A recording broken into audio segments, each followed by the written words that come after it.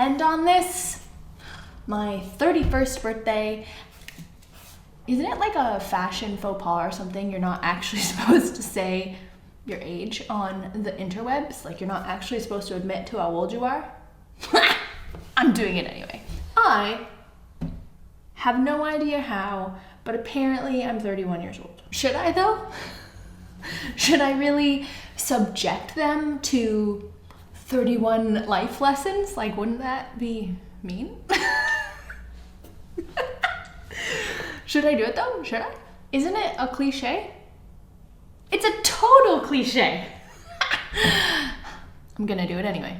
What if instead of 31 life lessons, it was 31 life hacks that I'm going to be using throughout my 31st year to make it the best year yet so far? Yeah, let's do that.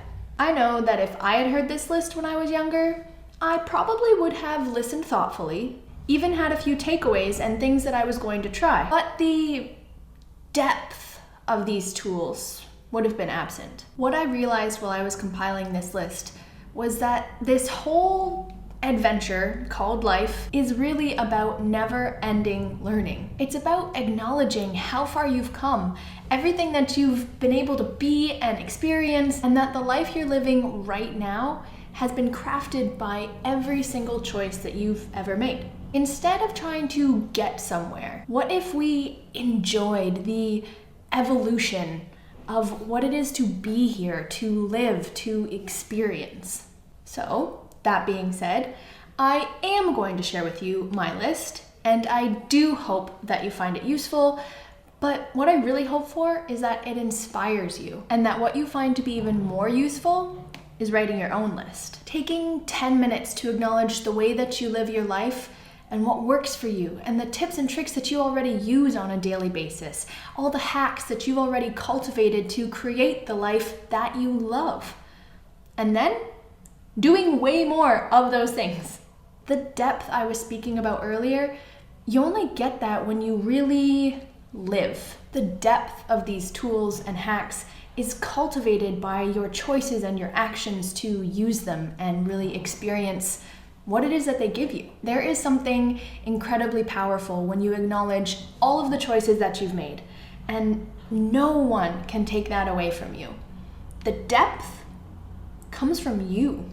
So, on this, my 31st birthday, January 20th, 2022, I would like to present to you my list.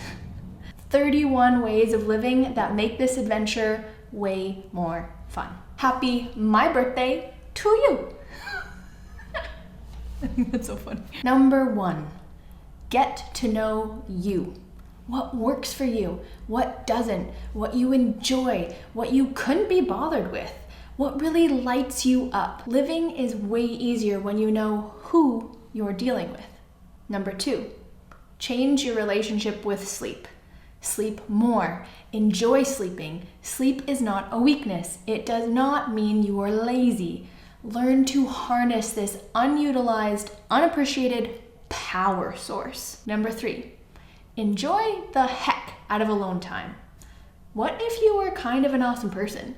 What if spending time just with you was wonderful? And what if you no longer needed to distract yourself from any of your thoughts? Introvert or extrovert or combo, regardless. Number 4, do not take yourself so seriously. Find the humor in your craziness and in your limitations. Number 5, let yourself enjoy the things that you love. Instead of them being a guilty pleasure, enjoy them unabashedly and make more space for them throughout your days and your weeks. Number 6, move your body. Walk at least 7,000 steps every single day. Number 7, operate from enjoying the journey instead of waiting to get to some predetermined destination. Enjoy the process. And the process does not have to be full of blood, sweat, and tears just to be worth it. Number 8, ask more questions about everything. Be curious about this adventure. Ask yourself questions. Be curious about other people and how things work and why, and if there's a different way that we can do things for an even greater result. Number 9, be more of you. Instead of trying to be other people, or what you think other people want, or what you think other people expect of you, or trying to fit into a box or a mold, there is only one you. Why on earth would you not want to be everything that is? Number 10, judge less. You and everyone else. Number 11, when you hug someone, really hug them. Enjoy the embrace. Enjoy the moment. Don't just do an awkward tap. Really be there. Be there for 30 seconds or more if you can, as a quick neurological hack for happiness. Number 12, worry less. This could seem like a cliche, but really, does worrying ever accomplish anything useful? What if you asked more questions and looked for the actions you could take instead of stressing out and worrying aimlessly? Number 13, trust you. Nobody knows more about you than you. Nobody knows more about your life and what you truly like to achieve, where you'd really like to go, all the things you'd really like to do, about how you function. Nobody knows more about how truly brilliant you are than you. So trust you. Number 14, drink at least 3 liters of water every day.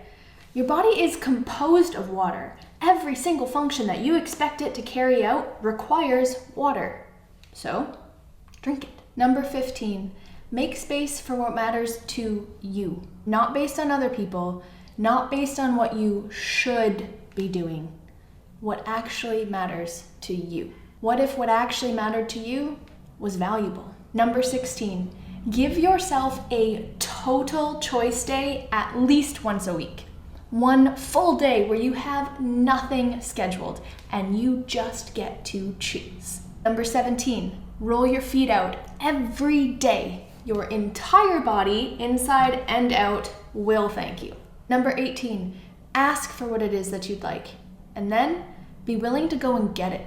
Number 19, be brave enough to have the uncomfortable conversations. A 2-minute conversation can save you days of absolutely futile stress and anxiety. Number 20, come to fewer conclusions. Instead of immediately coming to conclusions about everything, what if you asked more questions instead? And you learn to let things ebb and flow and evolve and grow instead of pigeonholing your life into cement boxes of conclusion. Number 21, make your bed every morning. It's a simple action to start your day in a productive way. Plus, it's a great time to practice stack with a gratitude practice or your daily questions. Number 22, give yourself tech-free time daily. You could go for a walk. You could spend some time just staring at the clouds.